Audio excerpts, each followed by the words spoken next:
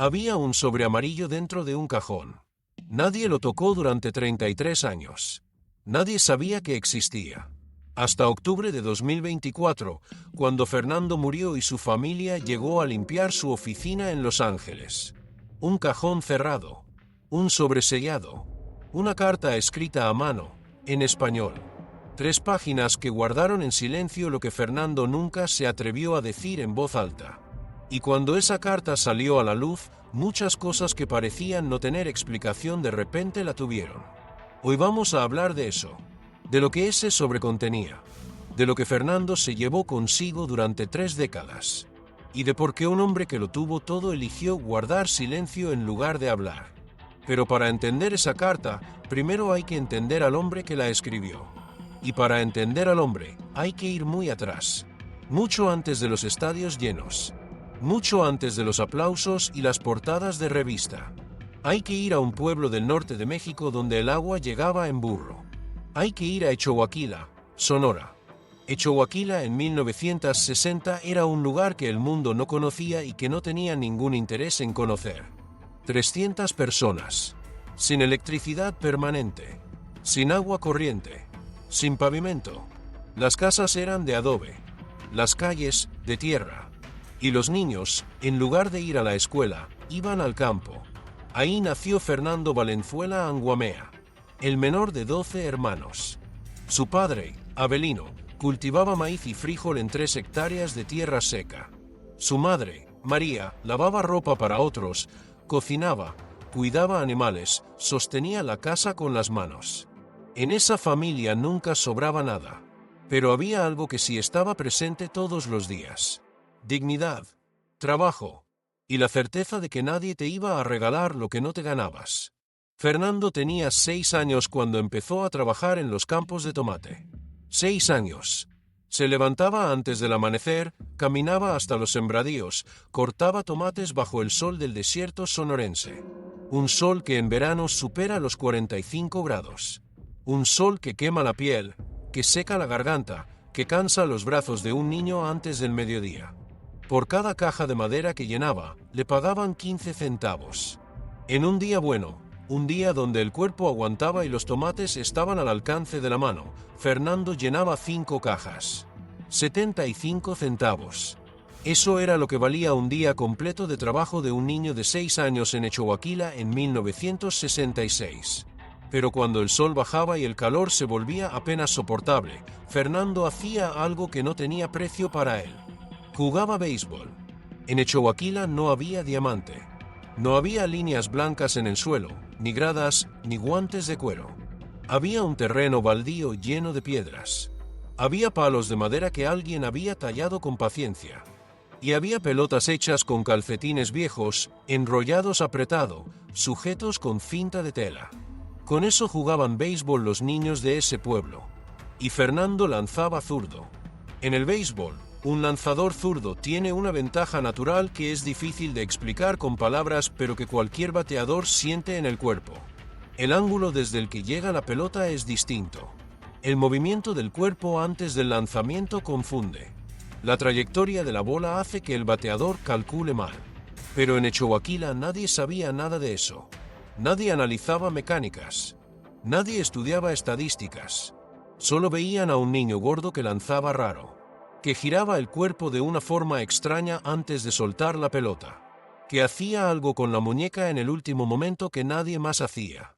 Años después, Fernando lo recordó con una sonrisa tranquila. Mi hermano mayor me enseñó lo básico, dijo. Me dijo que lanzara fuerte y que los bateadores se preocuparan por el resto. Eso fue toda mi academia. A los 14 años, Fernando ya jugaba en Navojoa, un pueblo más grande, a 40 kilómetros de Echoaquila, por camino de terracería. Su padre Avelino lo llevaba en la troca los domingos. Salían a las 5 de la madrugada. 1 hora de camino sacudido, de polvo y piedras, para llegar a tiempo. Avelino nunca faltó. En todos los años que Fernando jugó en Navojoa, su padre estuvo en cada juego que pudo. Se quedaba de pie junto al campo, callado, con los brazos cruzados, mirando a su hijo lanzar. No aplaudía, no gritaba, no hacía comentarios al final. Solo miraba. Así era Avelino. Un hombre del silencio. Un hombre que demostraba lo que sentía estando presente, no con palabras. Y Fernando lo sabía. Cada vez que miraba hacia la orilla del campo y veía a su padre ahí, parado, con esa postura seria y firme, entendía todo lo que Avelino no decía. Pero hay un detalle que lo cambia todo. Un domingo llegó alguien diferente al campo de Navojoa. No era del pueblo. No era familiar de ningún jugador. Llevaba ropa que no era de ahí y miraba el juego de una manera distinta a todos los demás. Su nombre era Mike Brito. Era scout de los Dodgers de Los Ángeles. Había cruzado la frontera buscando exactamente lo que nadie más estaba buscando. Talento sin pulir. Jugadores que todavía no sabían lo que valían. Diamantes en bruto en campos de tierra del norte de México. Y ese domingo, en Navojoa, vio lanzar a un niño gordo con un movimiento extraño. Un zurdo que giraba el cuerpo de una forma que no había visto antes. Mike Brito se quedó quieto. Y no se fue hasta que el juego terminó.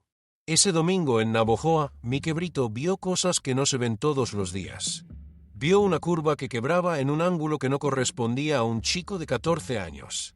Vio una recta que no bajaba como se esperaba, sino que subía. Que llegaba al guante medio metro más arriba de donde el bateador la había calculado.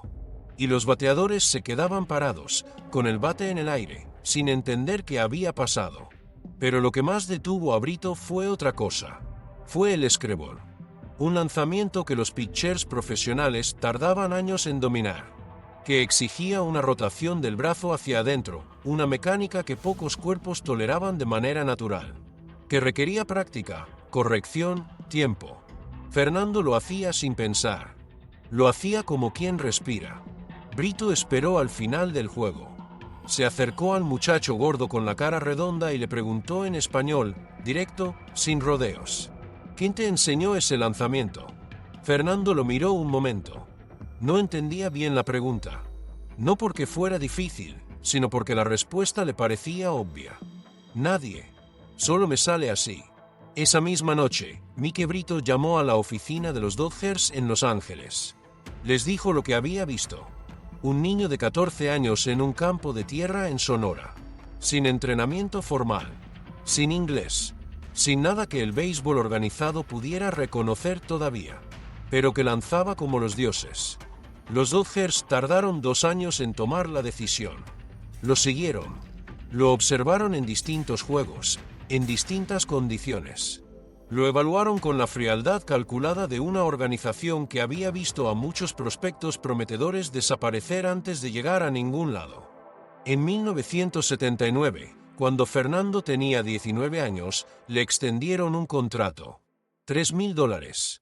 Para una familia que había vivido de 75 centavos al día durante décadas, esa cifra era incomprensible. No era dinero. Era otra dimensión. La noche en que Fernando hizo sus maletas, su madre María lloró. No eran lágrimas de alegría pura. Eran lágrimas mezcladas. De orgullo y de miedo al mismo tiempo. De algo que las madres conocen bien y que no tiene nombre exacto. Muchos años después, en una de las pocas entrevistas largas que Fernando concedió, habló de ese momento con una honestidad que pocas veces se escucha de alguien famoso. Pensé que si fracasaba, si esos $3,000 que habían invertido en mí no daban resultado, mi familia no me lo iba a poder perdonar. Ni yo me lo iba a poder perdonar. Avelino no fue al aeropuerto. La noche anterior entró al cuarto donde su hijo empacaba. Le puso la mano en el hombro. Y le dijo una sola cosa. Lanza fuerte. Eso fue todo. Eso fue suficiente. Fernando llegó a Los Ángeles sin hablar una sola palabra de inglés. 19 años. 95 kilos. Cara redonda. Sonrisa tímida. Piel quemada por el sol de Sonora. Los periodistas americanos que cubrían los entrenamientos de los Dodgers lo miraban con una mezcla de curiosidad y algo que Fernando no sabía nombrar, pero que sentía en la piel. Un columnista escribió en 1979, con sarcasmo que no intentaba disimular, que ese muchacho gordo de México parecía más dispuesto a vender tacos que a lanzar una pelota profesional. Fernando no leía inglés. No entendía lo que escribían de él. Solo lanzaba. Y lanzar era lo único que necesitaba para que el mundo entendiera quién era. En 1980, en las ligas menores, Fernando pasó la temporada entera ponchando bateadores con una consistencia que los entrenadores no habían visto en mucho tiempo. 162 ponches en 174 innings. Los Dodgers los subieron al equipo grande en septiembre. 10 innings. 0 carreras permitidas. Y entonces llegó 1981. El año que lo cambió todo. El año que cambió Los Ángeles. El año que cambió lo que significaba ser mexicano en los Estados Unidos. Los Dodgers comenzaban la temporada con un problema serio. Su pitcher titular estaba lesionado. Necesitaban a alguien que abriera el primer juego de la temporada regular. Tommy Lasorda, el manager, tomó una decisión que muchos en la organización consideraron una locura. Fernando, tú abres el martes. Fernando tenía 20 años. Nunca había abierto un juego en grandes ligas. Su experiencia en el máximo nivel era de 10 innings al final de la temporada anterior. No hablaba inglés. No podía leer los periódicos que lo criticaban ni los que lo elogiaban. Y sin embargo, Lasorda confiaba en él con una certeza que no necesitaba explicación. El 9 de abril de 1981, Dodger Stadium. 45.000 personas. Primer inning, 3 ponches. Segundo inning, 3 más. El estadio empezó a moverse de una manera diferente. Algo estaba ocurriendo y todos lo sentían, aunque nadie hubiera podido explicarlo todavía. Los fanáticos gritaban un nombre que muchos pronunciaban mal, pero que todos sentían como propio. Tercer inning, cuarto, quinto, sexto, séptimo. Fernando no salió del montículo. Octavo inning, noveno, juego completo, blanqueada, 5 hits permitidos, 0 carreras. Los Dodgers ganaron 2-0. En el túnel después del juego, los periodistas lo rodearon. Cámaras, micrófonos, luces, preguntas en inglés que Fernando apenas alcanzaba a seguir. Si aún no te has suscrito al canal Secretos Ocultos de la Fama, este es el momento. Cada semana traemos historias como esta que no encontrarás en otro lugar. Jaime Jarín, el narrador de radio más querido del béisbol en español, traducía todo como podía. ¿Cómo te sientes, Fernando? ¿Qué pasó ahí afuera? Fernando los miró tranquilo, sin arrogancia, sin la euforia exagerada que los periodistas americanos esperaban de un jugador joven después de una actuación así.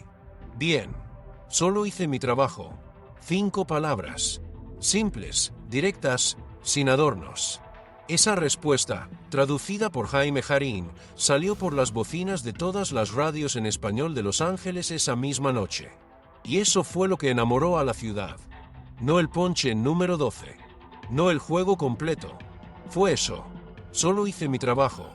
Dicho en español, por un muchacho de Navojoa que había llegado sin nada y que en una sola tarde había cambiado algo que todavía no tenía nombre.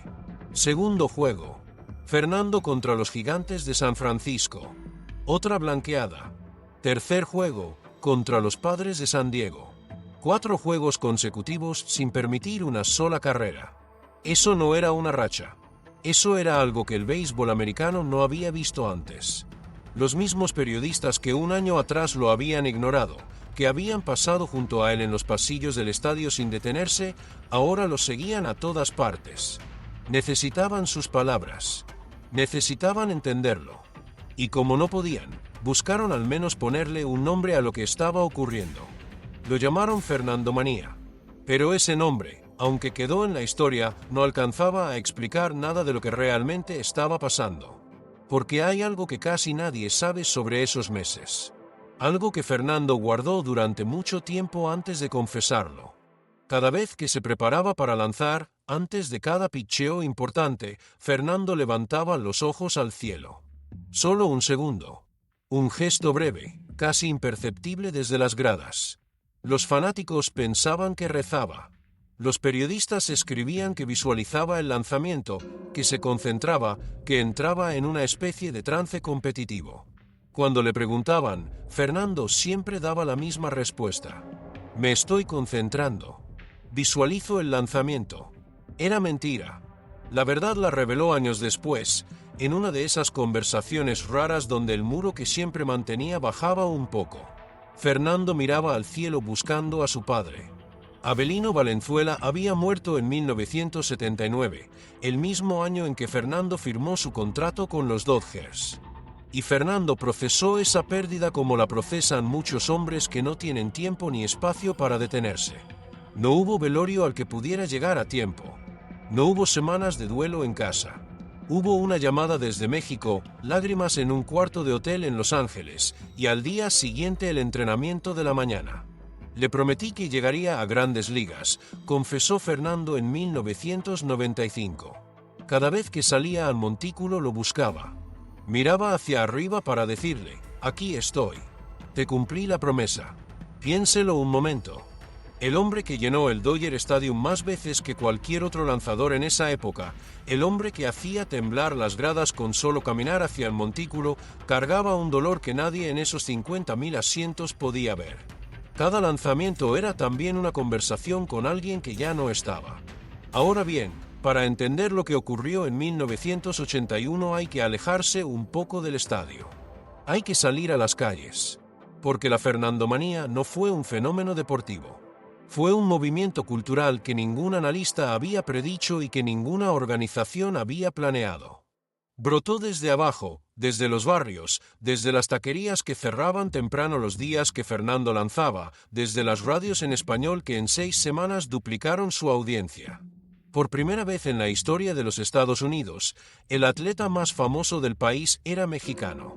Y no un estadounidense de origen mexicano que hablara inglés perfectamente y hubiera crecido en California.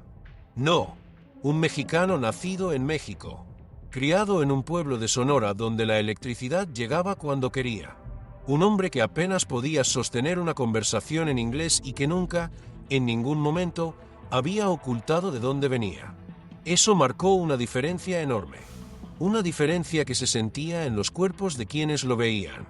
Las familias mexicanas que vivían en las sombras de Los Ángeles, que trabajaban sin papeles, que bajaban la cabeza cuando los miraba la policía, que enseñaban a sus hijos a no llamar demasiado la atención, de repente tenían un héroe que no se escondía.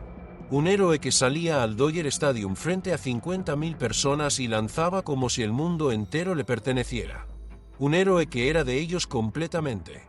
Cuando Fernando lanzaba, mi papá cerraba la taquería a las 7 de la tarde aunque todavía hubiera clientes, contó un fanático en una entrevista años después. Ponía el televisor chico que teníamos en la cocina, en la barra, y todos nos sentábamos. Los cocineros, los meseros, los clientes que se quedaban. Nadie protestaba. Todos sabían que esa noche la taquería era un estadio. Mi papá lloraba cada vez que Fernando ganaba. No se avergonzaba de llorar. Decía, eso es México. Eso somos nosotros. Ese muchacho somos todos nosotros. No era exageración. Era la verdad más honesta que alguien podía decir en ese momento. Los Ángeles se transformó de una manera que la ciudad no había experimentado antes. Las radios en español transmitían cada juego. Jaime Jarín, el narrador, se volvió tan conocido como el propio lanzador. Una generación entera de mexicanos encontró en ese béisbol en español algo que nunca habían tenido. Representación. Las tiendas del Dodger Stadium no daban abasto con las camisetas del número 34.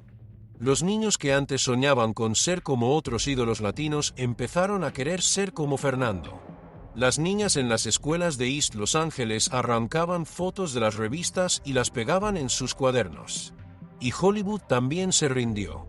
Jack Nicholson iba a los juegos. Frank Sinatra pedía boletos. Un crítico de cine dijo, sin ironía, que lo que Fernando hacía en el montículo era mejor que cualquier película que se estuviera rodando en ese momento en Hollywood. Entonces llegó junio de 1981. La portada de Sports Illustrated. La primera vez en la historia de esa publicación, la revista deportiva más importante de los Estados Unidos, que un mexicano aparecía en su portada. Le mostraron la revista a Fernando. La miró. Sonrió. Está bonita. Esa respuesta recorrió todos los medios en español de América Latina como si fuera un mensaje cifrado que todos entendían pero nadie sabía nombrar del todo. la portada de la revista más poderosa del deporte americano. Y el hombre dijo, está bonita. Y siguió con su vida. Esa humildad no era pose. No era estrategia de imagen ni consejo de ningún representante. Era simplemente la manera en que Fernando Valenzuela entendía el mundo. Las cosas grandes no lo movían por dentro de la misma forma en que movían a otros. O si lo movían, no lo mostraba. Y eso, paradójicamente, era lo que más lo hacía brillar. Julio de 1981. El Juego de Estrellas en Cleveland. Fernando fue seleccionado por primera vez. Tenía 20 años. 6 meses antes, en enero, todavía estaba en Echowaquila sin saber con certeza qué iba a pasar con su carrera.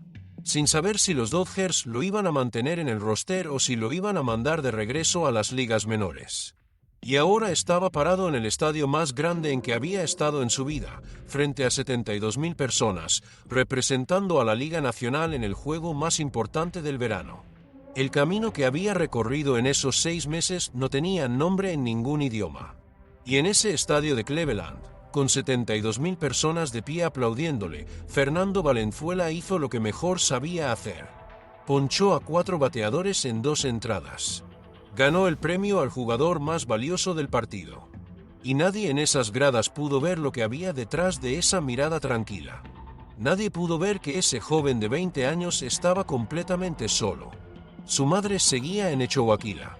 El proceso para obtener una visa era largo, complicado, lleno de trámites que una familia humilde del campo sonorense no podía resolver fácilmente.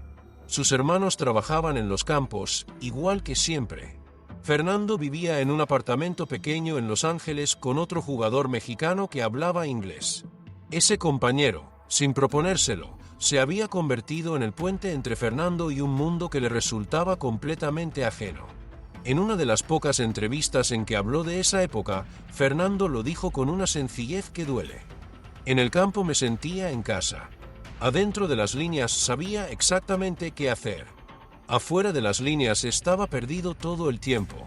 Hubo una tarde en que fue solo al supermercado a comprar leche. No sabía cómo pedirla. Señaló el envase. La cajera le respondió algo que no entendió. Ella sonrió. Fernando interpretó esa sonrisa como burla, aunque quizás no lo era. Pagó lo que le cobraron sin saber si la cantidad era correcta. Y salió caminando rápido, con la cabeza baja. El hombre más famoso de Los Ángeles no podía comprar leche solo. Eso no es un detalle menor. Eso es lo que había detrás del ídolo. Los Dodgers nunca le ofrecieron clases de inglés. Nunca le asignaron un tutor ni un asistente que lo ayudara a moverse en una ciudad que no conocía. La instrucción fue simple, transmitida a través del intérprete. Concéntrate en lanzar. El equipo se encargará del resto. El equipo se encargará del resto. Esa frase sonaba a promesa. Y más adelante vamos a entender exactamente qué significaba. Octubre de 1981. Los Dodgers llegaron a la Serie Mundial contra los Yankees de Nueva York. Fernando lanzó el tercer juego. 9 entradas completas al nivel más alto del béisbol en el mundo. Permitió 4 carreras. Los Dodgers ganaron 5-4. Y al final de esa serie, los Dodgers se coronaron campeones. Fernando Valenzuela, con 20 años, tenía un anillo de campeón del mundo. 20 años. Piénselo un momento. Portada de Sports Illustrated. Premio al jugador más valioso del Juego de Estrellas. Premio al novato del año. El Cy Young, que es el galardón más importante que puede recibir un lanzador en las grandes ligas. Y fue el primer jugador en la historia del béisbol en ganar el Cy Young y el premio al novato en el mismo año. Todo eso con 20 años. El niño que cortaba tomates por 15 centavos al día había llegado a la cima del deporte más importante de América del Norte. Pero aquí, exactamente aquí, empieza la historia que nadie te contó. En 1982, Fernando firmó un nuevo contrato. $1 millón al año. En ese momento era el jugador mexicano mejor pagado en toda la historia de las grandes ligas. Y lo primero que hizo Fernando con ese dinero no fue comprarse un automóvil. No fue mudarse a una casa más grande. Lo primero que hizo fue comprarle una casa a su madre en Echowaquila. Después le compró un carro a su hermano. Después empezó a mandar dinero mensualmente a su pueblo. No había cámaras. No había periodistas presentes. No era un gesto para las revistas ni para las entrevistas. Era simplemente la manera en que Fernando Valenzuela entendía lo que era suyo. Ese dinero no era solo de él. Nunca lo vio de otra forma. Un periodista que lo conoció en esa época lo dijo así: la mitad de Choaquila vivía de Fernando. Si alguien necesitaba dinero para una operación, Fernando pagaba. Si la escuela del pueblo necesitaba libros, Fernando los compraba.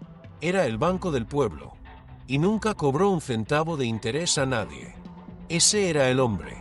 Ese era el Fernando que existía lejos de los estadios y las portadas. Pero mientras Fernando sostenía a su familia y a su comunidad con una mano, algo estaba ocurriendo con la otra. Algo que nadie discutía en público. Los Dodgers habían comenzado a tratarlo de una manera muy distinta a como lo habían tratado en 1981. En aquel primer año lo habían cuidado como se cuida algo valioso y frágil. En 1982 empezaron a tratarlo como una máquina. Una máquina que producía entradas vendidas, estadios llenos, ingresos millonarios. Y a esa máquina había que exprimirla mientras siguiera funcionando. Lo ponían a lanzar cada 4 días. No cada 5, que era lo que se acostumbraba para proteger el brazo de los lanzadores de alta rotación. Cada 4 días. Entradas completas, sin límite de lanzamientos en muchos juegos. Sin los descansos preventivos que los propios médicos del equipo recomendaban. Años después, Fernando lo confesó con una calma que resulta más dolorosa que cualquier queja. Mi brazo estaba destrozado desde 1983. Los lanzadores no se quejaban en esa época. Quejarse era señal de debilidad. Era motivo para perder el puesto. Antes de muchos juegos le inyectaban cortisona. Una en el hombro, otra en el codo. Los médicos le decían que era normal. Y Fernando les creía. Porque ¿a quién más iba a creerle? Lo que Fernando no sabía era lo que ocurría puertas adentro. Los médicos del equipo advertían en privado a los directivos. Le están arruinando el brazo. Esto no puede seguir así. La respuesta era siempre la misma. Cuando Fernando lanza, vendemos 20.000 boletos extra. Los días que él abre, el estadio se llena. Cuando no lanza, hay 10.000 asientos vacíos. Que lance. Hay algo en eso que va más allá del béisbol. Algo que muchos de nosotros hemos vivido de una forma u otra. ¿Cuántos hemos dado todo lo que teníamos por una organización, por una empresa, por alguien que decía que nos valoraba? ¿Cuántos hemos ignorado el dolor propio porque el que estaba del otro lado del escritorio sabía exactamente cómo hacernos sentir que era nuestra obligación seguir? Fernando no era diferente a cualquiera de nosotros en ese sentido. Era joven, era leal, venía de no tener nada. Y cuando alguien que no ha tenido nada de repente tiene todo, no es fácil decir que no. No es fácil poner límites cuando sientes que lo que tienes puede desaparecer si no sigues dando más. Y los Dodgers lo sabían. Lo que ocurrió después no fue casualidad. Fue el resultado de años de decisiones tomadas por personas que nunca pusieron en riesgo su propio brazo. Fernando siguió lanzando. No porque no sintiera el dolor. No porque los médicos le dijeran que estaba bien. Siguió porque el montículo era el único lugar del mundo donde todo tenía sentido. Desde niño, desde aquellos campos de tierra en Sonora, lanzar había sido su idioma. Su forma de existir. Su manera de decirle al mundo que él también tenía algo que ofrecer. Dejar de lanzar no era solo dejar el béisbol. Era dejar de ser él. Y eso, para Fernando, era impensable. Los años siguientes fueron una mezcla extraña de grandeza y deterioro silencioso. En 1983, en 1984, en 1985, Fernando seguía siendo competitivo. Seguía ganando juegos. Seguía llenando estadios. Pero el precio de cada actuación era más alto que el año anterior. Lo que antes le costaba un día de descanso, ahora le costaba una semana. Lo que antes era molestia, ahora era un dolor que no se iba. En una entrevista que dio en 2001, Fernando dijo algo que es difícil olvidar. Ya no podía peinarme. Levantar el brazo por encima del hombro me dolía tanto que a veces me iba a la ducha para llorar sin que nadie me viera. No podía mostrar eso. No podía dejar que el equipo supiera que estaba así. Piense en eso un momento. Un hombre en la ducha de un estadio de béisbol, llorando en silencio porque le dolía tanto el brazo que no podía peinarse. Ese era Fernando Valenzuela en 1984. El mismo Fernando que los fanáticos veían caminar hacia el montículo con esa calma que parecía sobrenatural. El mismo que miraba al cielo antes de cada lanzamiento como si estuviera pidiendo permiso o dando gracias. Nadie en las gradas sabía lo que había detrás de esa calma. Nadie imaginaba lo que le costaba estar ahí parado. Y entonces llegó 1986. Hay años en la vida de una persona que desafían toda lógica. Años en que el cuerpo hace lo que la ciencia dice que no debería poder hacer. Fernando ganó 21 juegos esa temporada. 21 victorias. Con el brazo que los médicos sabían que estaba dañado. Con las inyecciones de cortisona que ya eran parte de su rutina como el desayuno. Con el dolor que lo acompañaba cada mañana al despertar. Fue su mejor temporada desde 1981. Y los Dodgers respondieron con un contrato nuevo. 3 años. $5,5 millones. El contrato más grande de toda su carrera. Fernando lo recibió como lo que cualquier persona en su lugar hubiera creído que era. Un reconocimiento. Una señal de que lo que había dado valía algo. Que los sacrificios habían sido vistos. Pensé que ese contrato significaba que me valoraban, dijo. Pensé que después de todo lo que había hecho, después de haber puesto mi brazo y mi salud sobre esa organización, me iban a cuidar. Pensé que era el reconocimiento. Se equivocó.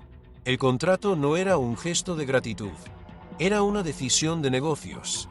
Los Dodgers querían asegurarse de que si Fernando se recuperaba del todo en 1987 o 1988 y volvía a su nivel de 1981, ningún otro equipo pudiera arrebatárselo. Era proteger un activo, no a una persona. Hay algo en eso que duele de una manera particular. Porque Fernando no interpretó mal la situación por ingenuidad. La interpretó mal porque era humano. Porque cuando alguien te da algo grande después de años de esfuerzo, uno quiere creer que hay gratitud detrás. Que no todo es cálculo. Pero en el mundo de los negocios, y el béisbol profesional es ante todo un negocio, la gratitud casi nunca aparece en los contratos. Lo que ocurrió después confirmó todo. En 1987, Fernando perdió velocidad. El screwball, ese lanzamiento imposible que lo había hecho famoso, ya no rompía igual. En julio tenía 5 victorias y 9 derrotas. Los periódicos empezaron a escribir lo que siempre escriben cuando un ídolo comienza a declinar. Fernando está acabado. Fernando ya no es el mismo. Fernando debería retirarse. Y entonces Tommy Lasorda, el mismo hombre que lo había presentado al mundo, habló públicamente. Fernando necesita trabajar más duro. Está fuera de forma. Fernando pesaba exactamente lo mismo que en 1981. Lo que había cambiado no era su disciplina. Lo que había cambiado era su brazo. Más de 2.000 innings lanzados en 6 temporadas. Docenas de inyecciones de cortisona. Un brazo al que le habían pedido demasiado durante demasiado tiempo. El brazo que ellos mismos habían destruido. En 1988, los Dodgers ganaron otra serie mundial. Fernando participó en los playoffs. Pero la narrativa de ese año ya no era él. La historia de esa temporada era Orel Hershiser. 59 innings consecutivos sin carrera. Un pitcher con excelente inglés, cómodo frente a las cámaras, fácil de entrevistar. Fernando ya no encajaba en la imagen que los Dodgers querían proyectar. Un periodista que cubrió al equipo durante esos años lo dijo con una claridad que incomoda. Fernando Valenzuela nunca había sido para los Dodgers lo que era para los fanáticos. Para los fanáticos era un héroe, un símbolo, un hombre de carne y hueso que representaba algo mucho más grande que el béisbol. Para los Dodgers siempre había sido, desde el primer día, un activo comercial. Y los activos comerciales tienen fecha de vencimiento. Cuando esa fecha llega, no hay ceremonias. No hay discursos de agradecimiento. No hay nadie de pie para recibirte. Marzo de 1991. Vero Beach, Florida. El complejo de entrenamiento de primavera de los Dodgers. Fernando se preparaba para su 11ª temporada con el equipo. 141 victorias. 2 series mundiales. El Cy Young. El novato del año. El MVP del Juego de Estrellas. 11 años siendo Fernando Valenzuela de los Dodgers de Los Ángeles. El 28 de marzo, a las 10 de la mañana, el administrador del equipo se acercó a él durante el entrenamiento. «Te esperan en la oficina, Fernando». Fernando asintió sin pensar demasiado. Había reuniones de ese tipo de vez en cuando. Asuntos de contrato, ajustes de calendario, conversaciones rutinarias de inicio de temporada. Cruzó el campo. Entró al edificio administrativo. Subió las escaleras. Tocó la puerta. Adentro estaban Fred Claire, el gerente general, y 2 ejecutivos más de la organización. Nadie estaba de pie. Nadie extendió la mano. Nadie sonrió. Fernando entendió en ese instante, antes de que se dijera una sola palabra, que algo grave estaba ocurriendo. Fred Claire habló primero. «Fernando, hemos tomado una decisión. Te vamos a dar tu liberación incondicional». Fernando no entendió de inmediato lo que significaba esa frase. Su inglés había mejorado en 11 años, pero todavía había términos técnicos que se le escapaban. ¿Qué significa eso? Significa que ya no formas parte del equipo. Quedas libre para firmar con quien quieras. Pero los Dodgers no van a continuar con tu contrato. Silencio. Fernando los miró uno a uno. El hombre que había lanzado para llenar ese estadio cuando nadie más podía. El hombre que había llorado en silencio en una ducha para que nadie supiera cuánto le dolía. El hombre que había dicho que sí cuando debió haber dicho que no, porque confiaba en que lo cuidarían. Ese hombre estaba sentado frente a 3 ejecutivos que no se habían levantado a saludarlo. Y aquí es donde la historia se vuelve más difícil de contar. Porque lo que pasó en esa habitación no fue solo el fin de una carrera. Fue el momento en que Fernando Valenzuela entendió, de golpe y sin preparación, exactamente cuánto había valido para las personas que decían valorarlo. Se levantó de esa silla sin apresurarse, sin portazos, sin palabras de más. Solo se puso de pie como alguien que acaba de entender algo que no puede desaprender. El hombre que había ignorado el dolor durante años porque ellos se lo pidieron. El hombre que había aparecido en la portada de Sports Illustrated cuando todavía era un muchacho de Choaquila que apenas conocía el inglés. El hombre que había ganado la Serie Mundial con ese uniforme puesto, con ese número 34 en la espalda. Ese hombre escuchó la respuesta a su pregunta. Porque creemos que en este momento no puedes ayudarnos a alcanzar nuestros objetivos. Fernando había lanzado bien en los Juegos de Primavera. Su récord de pretemporada era positivo. No había señales de colapso. No había números que justificaran esa decisión. Esto no era sobre lo que ocurría en el campo. Era sobre otra cosa. Sobre dinero. Sobre conveniencia. Sobre el cálculo frío de alguien que suma y resta personas como si fueran cifras en una hoja. Después de todo lo que hice por este equipo, ¿así me tratan? Fred Claire no movió un músculo de la cara. No hubo incomodidad visible. No hubo un gesto de humanidad. Solo esas 6 palabras que salieron de su boca con la naturalidad de quien las ha dicho muchas veces antes. Es un negocio, Fernando. No es personal. Si hay una frase en la historia del béisbol que resume con exactitud la frialdad con que los deportes profesionales descartan a sus jugadores cuando ya no los necesitan, es esa. Dicha en esa oficina. A ese hombre. En ese momento. No es personal. Como si 11 años de vida entregada a un equipo pudieran separarse de la persona que los vivió. Fernando se levantó sin decir nada más. Bajó las escaleras despacio. Cruzó el corredor. Empujó la puerta del vestidor.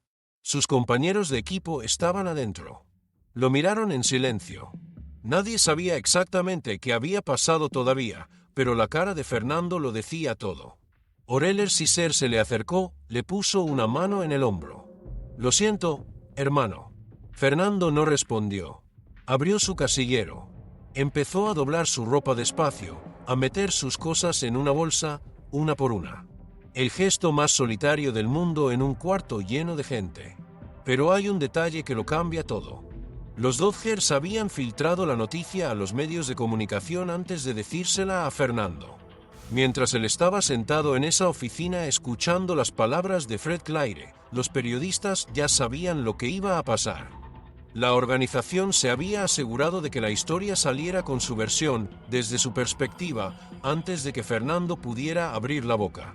Cuando Fernando salió del complejo de entrenamiento, 50 periodistas lo esperaban. Cámaras, micrófonos, preguntas en inglés y en español, todas al mismo tiempo, todas encima de él. Fernando se detuvo, los miró, y por primera vez en 11 años, la máscara se cayó. Me siento traicionado. Una sola palabra, dicha en español, con la calma de alguien que ya no tiene nada que esconder. No con rabia, no con llanto, con esa serenidad que a veces es más devastadora que cualquier grito. Los titulares de esa tarde en todos los periódicos de Los Ángeles usaron esa palabra, traicionado, y los fanáticos mexicanos reaccionaron con una furia que los Dodgers no habían anticipado. Quemaron camisetas del equipo en las calles de East Los Ángeles. Boicotearon el estadio. Las ventas de boletos cayeron un 30% ese año. 30%. Eso era lo que valía Fernando Valenzuela para la taquilla. 3 de cada 10 personas que pagaban una entrada lo hacían porque él estaba en el equipo. Y los Dodgers lo habían soltado para ahorrarse $2,5 millones al año. Fernando firmó con los Angelinos de California una semana después. El otro equipo de béisbol de Los Ángeles. La misma ciudad. Y su primer juego de regreso contra los Dodgers fue en el Dodger Stadium. El estadio llenó a capacidad. 48,000 personas. Al menos 40,000 de ellas con camisetas viejas del número 34. No camisetas de los Angelinos. Camisetas de los Dodgers con el número de Fernando, las que habían guardado en el closet durante años esperando un momento como ese. Cuando Fernando salió a calentar en la zona del bullpen, el estadio explotó. Una ovación de pie que duró 5 minutos. 5 minutos completos. Los jugadores de los Dodgers miraban desde su dugout sin decir nada. Tommy Lasorda, que había criticado a Fernando en la prensa meses antes, tenía los ojos brillantes. Fernando lanzó 7 entradas esa noche.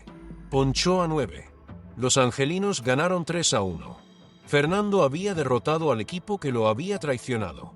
En su propio estadio. Frente a su propia gente. Después del juego, los reporteros esperaban el drama.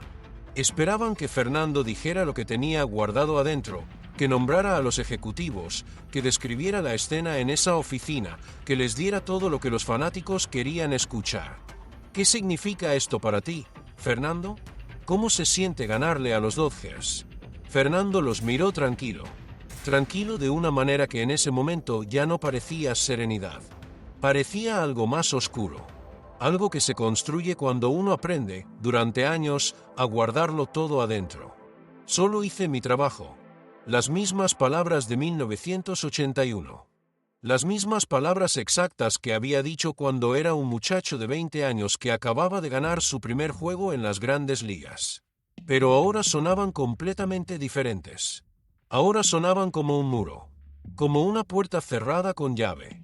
Como alguien que decidió hace mucho tiempo que el mundo no merecía ver lo que había adentro.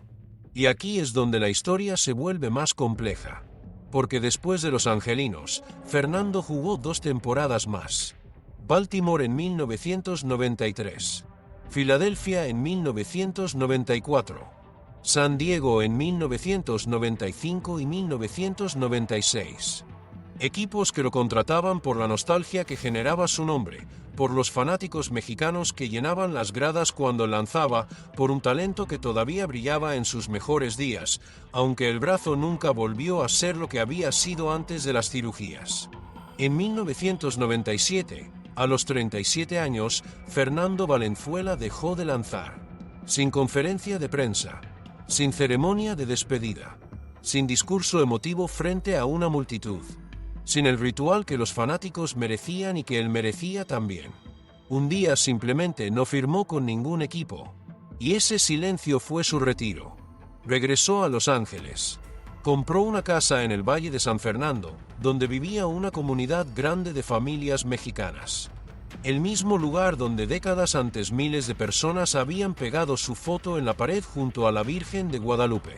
Y durante 33 años, Fernando Valenzuela vivió esa vida tranquila que nunca había podido vivir cuando el mundo entero lo miraba.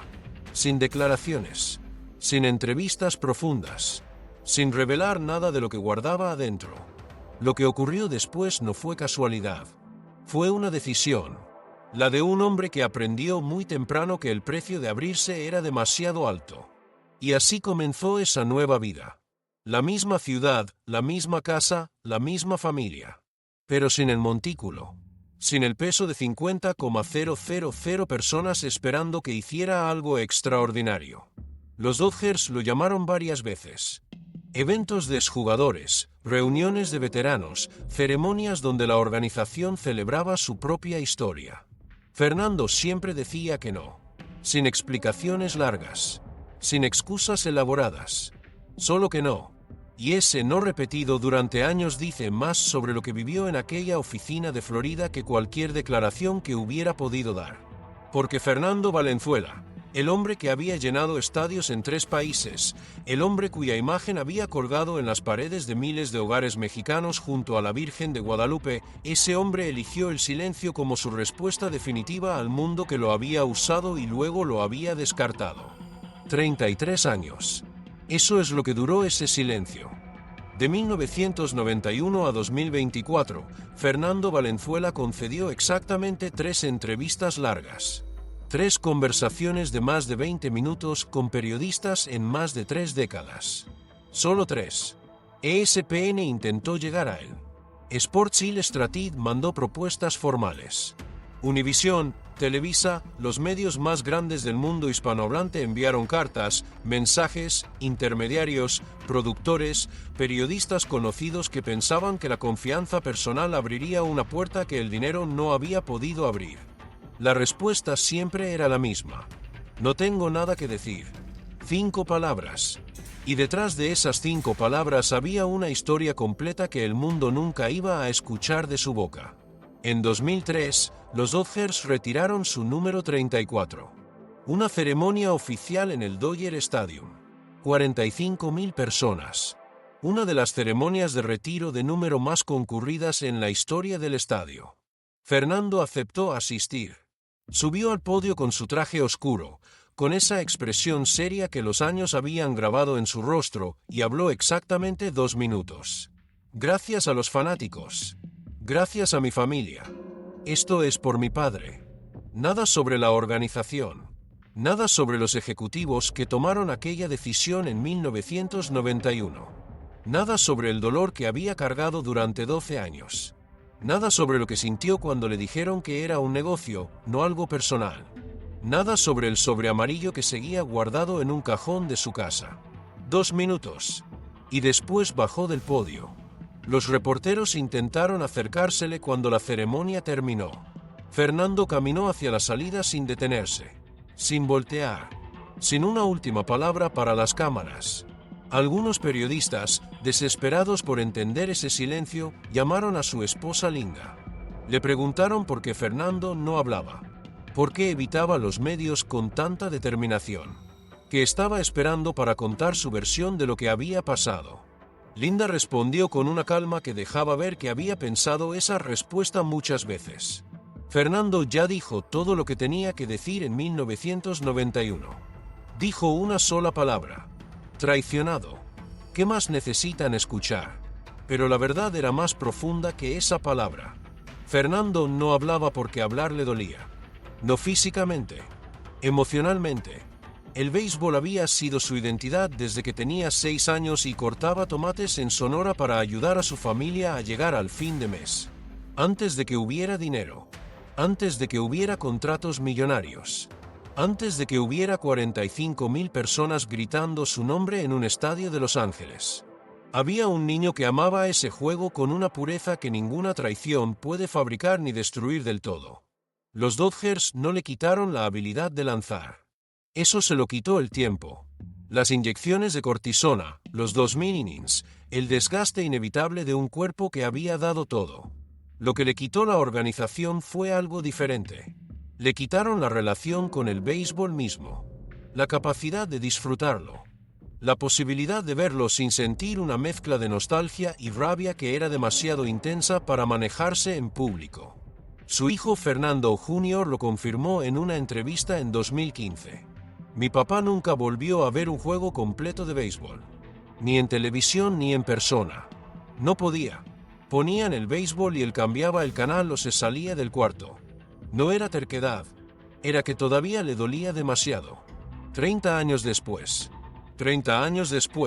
el hombre del anillo de Serie Mundial, el hombre de la portada de Sports Illustrated, el hombre que Jack Nicholson iba a ver al estadio porque decía que Fernando era el mejor espectáculo de Los Ángeles, ese hombre no podía ver un partido de béisbol sin que algo dentro de él se rompiera un poco. Porque lo que ocurrió en aquella oficina de Florida en 1991 fue una herida que nunca cerró del todo. Y las heridas que no cierran no desaparecen. Solo se aprende a vivir alrededor de ellas. Los años pasaron de todas formas. El tiempo no pregunta si estás listo. Fernando aceptó un trabajo como comentarista de radio para las transmisiones en español de los Dodgers. La ironía era tan evidente que resultaba difícil ignorarla. La misma organización que lo había descartado en una reunión de 20 minutos ahora le pagaba para narrar sus juegos. Fernando aceptó, porque tenía una familia que sostener. Porque las opciones no son infinitas cuando tu identidad entera ha sido el béisbol y el béisbol ya no te quiere como jugador. Hacía su trabajo con una profundidad y un conocimiento que nadie en esa cabina podía igualar. Llegaba al estadio, entraba por la puerta de empleados, se sentaba frente al micrófono y narraba con la autoridad de alguien que había vivido cada situación que describía. Y al terminar el juego se iba directamente a su carro. Fernando nunca se quedaba a socializar, recordó Jaime Jarín, su compañero de transmisiones durante años. Hacía su trabajo y desaparecía. Así durante años. Entraba, narraba, desaparecía. Como si el estadio fuera un lugar al que podía ir pero en el que no podía quedarse demasiado tiempo sin que el peso de la memoria se volviera insoportable. Luego llegó 2020. La pandemia detuvo el mundo. Fernando también se detuvo. Tenía 60 años. Había desarrollado diabetes, problemas de hígado, el cuerpo presentando una factura que se había acumulado durante décadas, las inyecciones de cortisona, los 2000 innings, el estrés crónico de un hombre que había cargado demasiado durante demasiado tiempo y que nunca había encontrado el espacio para soltar ese peso. Se quedó en casa con Linda, con sus hijos, con sus nietos. Y el sobre amarillo seguía en el cajón de abajo de su escritorio. Nadie sabe exactamente qué contenía ese sobre. Algunos que estuvieron cerca de él en esos últimos años dicen que eran documentos, cartas, quizás algo que Fernando había escrito para sí mismo en algún momento de esos 33 años de silencio. Algo que nunca entregó a nadie. Algo que guardó hasta el final. Octubre de 2024. Fernando Valenzuela murió. Tenía 63 años. Las complicaciones de salud que lo habían acompañado durante los últimos años finalmente fueron más fuertes que él. Murió en Los Ángeles, la ciudad que lo había amado con una intensidad que pocos deportistas reciben de una ciudad que no es la suya. Los Dodgers publicaron un comunicado oficial ese mismo día. Fernando fue una leyenda, decía. Un símbolo de Los Ángeles. Lo extrañaremos para siempre. El funeral fue 4 días después. La iglesia en el barrio donde Fernando había vivido sus últimos años no tenía capacidad para todos los que querían entrar. Había gente afuera en la calle. Gente mayor que lo había visto lanzar en 1981 cuando tenían 30 años y que ahora, con más de 70, habían hecho el esfuerzo de llegar hasta allí para despedirse. Gente joven que solo lo conocía por lo que sus padres y sus abuelos les habían contado.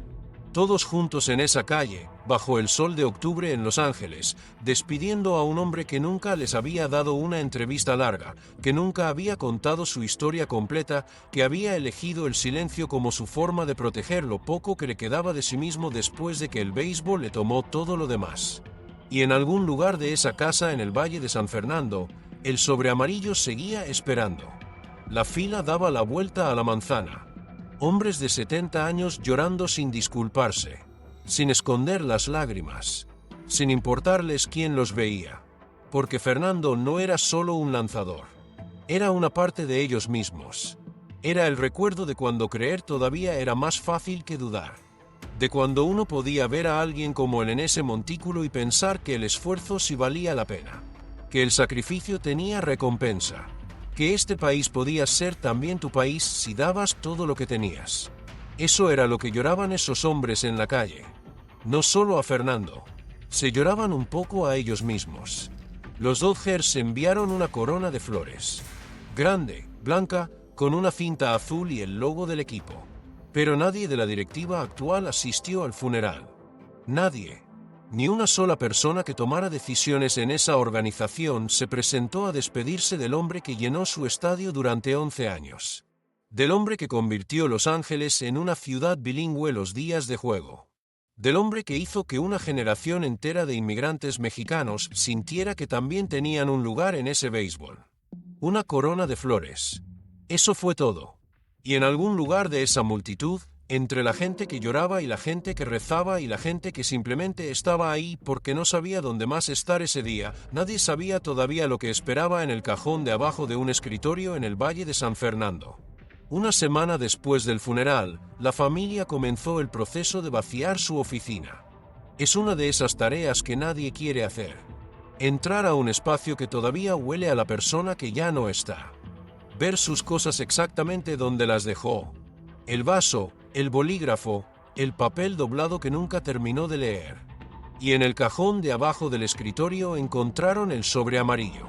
La tinta del frente estaba desvanecida por los años, pero la dirección seguía siendo legible. Escrita a mano, con letra firme. Las oficinas administrativas de los Dodgers de Los Ángeles. Adentro había 3 páginas, escritas con pluma de tinta azul. Letra apretada, como la de alguien que tenía mucho que decir y poca costumbre de escribir. Como la de alguien que no escribía cartas con frecuencia, pero que ese día necesitaba escribir esta. La fecha en la primera página era el 15 de abril de 1991. 2 semanas y 3 días después de la mañana en que Fred Claire le dijo que era un negocio. La carta empezaba así. A los ejecutivos de los Dodgers de Los Ángeles, ustedes me quitaron todo. No el uniforme, no el trabajo. Me quitaron mi identidad. Llegué a este país sin hablar el idioma, sin conocer a nadie, sin saber siquiera cómo comprar leche en un supermercado. Y ustedes me prometieron, a través de intérpretes, a través de contratos, a través de 11 años de uniforme, que si trabajaba duro, si lanzaba bien, si daba todo lo que tenía, tendría un hogar en este equipo. Trabajé más duro que nadie. Lancé con dolor cuando los médicos decían que parara.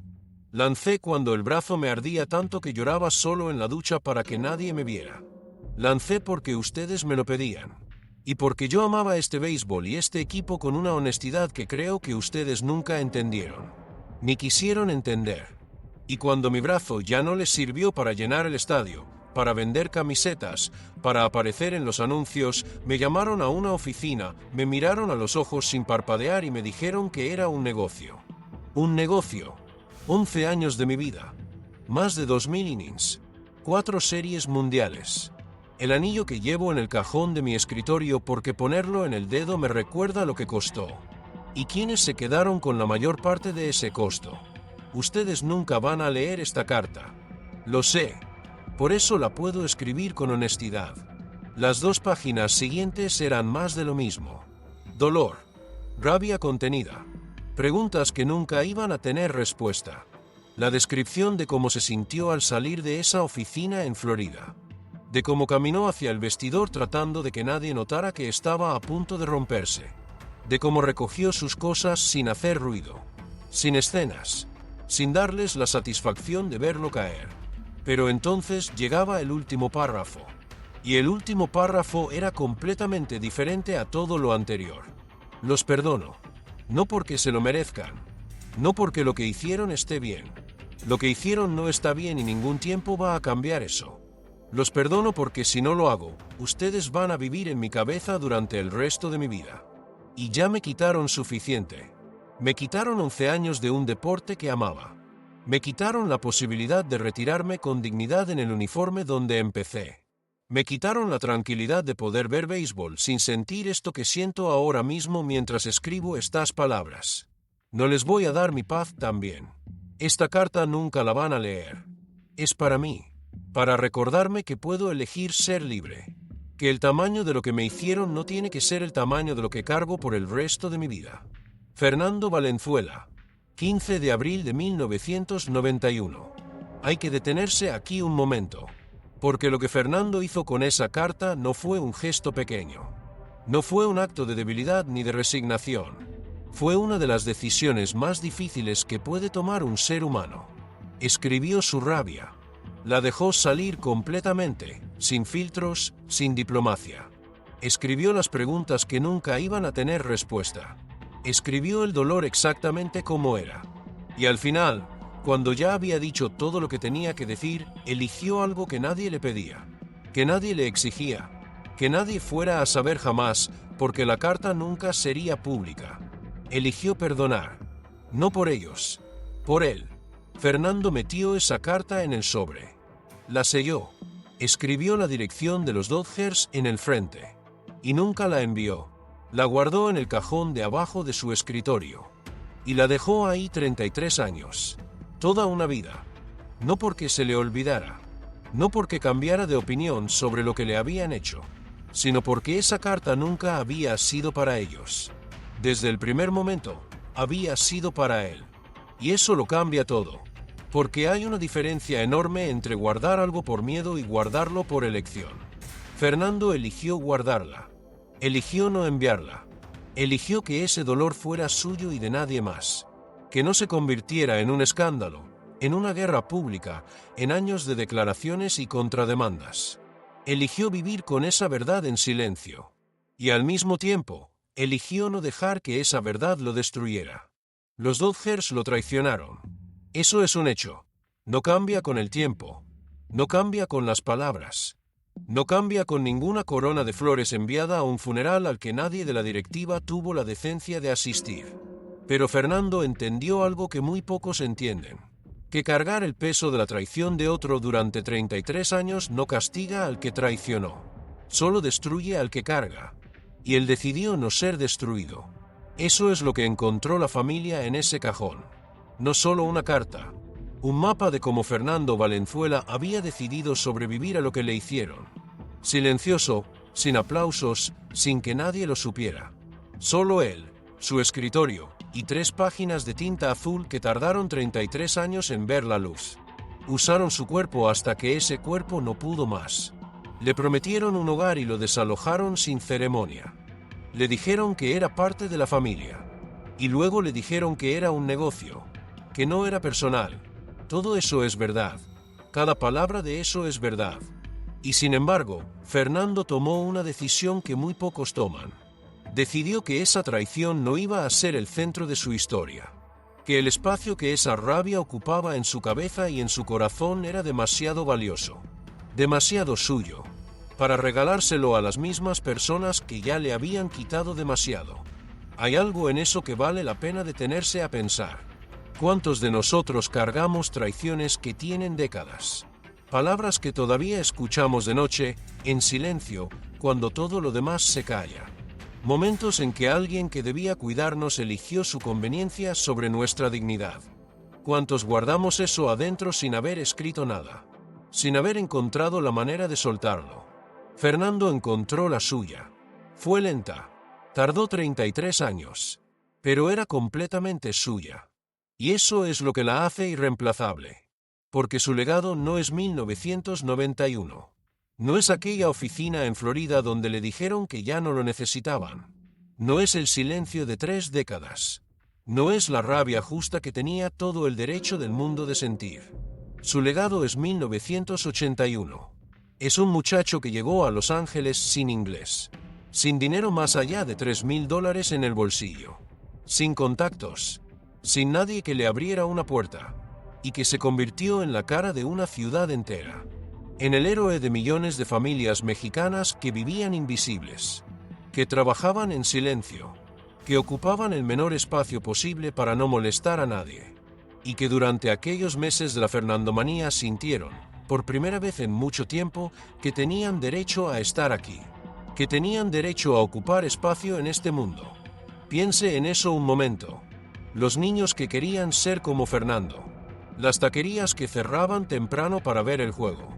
Los padres que lloraban frente al televisor y decían en voz baja, casi sin querer, esos somos nosotros. Las abuelas que no sabían nada de béisbol, que nunca habían entendido las reglas, pero que seguían cada lanzamiento porque ese muchacho era de ellas. Era de su tierra. Era de su gente. Fernando Valenzuela le dio a una generación entera de mexicanos en Estados Unidos algo que el dinero no puede comprar. Algo que los Dodgers nunca pudieron quitarle, por más que lo intentaran. Dignidad. Representación. La prueba viviente de que venir de un pueblo de 300 personas en Sonora, sin electricidad, sin agua corriente, cortando tomates por 15 centavos al día, no era el final de la historia. Era el principio. Y al final de todo, en ese sobre amarillo que nadie abrió durante 33 años, Fernando dejó lo más importante. No la rabia. No la lista de agravios. No el reclamo que hubiera tenido todo el derecho de hacer público. Dejó el perdón. Escrito a mano. Para nadie más que él mismo. Porque hay una diferencia entre perdonar para que el otro quede libre y perdonar para que uno mismo pueda respirar. Fernando eligió lo segundo. Y eso requiere una fortaleza que no tiene nombre en ningún idioma. Los más grandes no son los que nunca caen. Son los que aprenden a levantarse sin odio. Los que encuentran la manera de seguir caminando sin cargar el peso de lo que otros les hicieron. Si esta historia te dejó algo, cuéntamelo en los comentarios. Dime qué parte te llegó más. Si conociste a Fernando cuando lanzaba, si lo viste alguna vez en un estadio, si tienes tu propio cajón con algo guardado adentro que todavía no has podido soltar. Y si conoces a alguien que debería escuchar esta historia, compártela con esa persona. Estas historias necesitan circular, no para que los ídolos sean inmortales, sino para que los hombres detrás de los ídolos sean recordados como lo que fueron. Seres humanos que cargaron más de lo que se les debió pedir, que fueron traicionados por quienes debían protegerlos, que sintieron rabia y dolor y silencio, y que aún así eligieron ser libres. Eso es lo que Fernando Valenzuela nos dejó. No solo una carrera, no solo una temporada de milagros. Nos dejó la imagen de un hombre que pudo haberse quedado atrapado en lo que le hicieron y eligió, en cambio, quedarse con lo que él construyó. Y eso, a estas alturas de la vida, cuando uno ya ha visto suficiente para saber que las traiciones existen y que el tiempo no siempre cura si uno no decide curar, eso vale más que cualquier trofeo. Vale más que cualquier anillo. Vale más que cualquier titular de periódico. Fernando Valenzuela nació en un pueblo sin luz eléctrica. Y terminó siendo la luz de millones de personas que lo necesitaban sin saber que lo necesitaban. Eso no se lo quitó nadie. Ni en 1991. Ni nunca. Nos vemos en el próximo vídeo. Y antes de llegar al final, si quieres seguir descubriendo las historias que nadie cuenta, suscríbete a Secretos Ocultos de la Fama.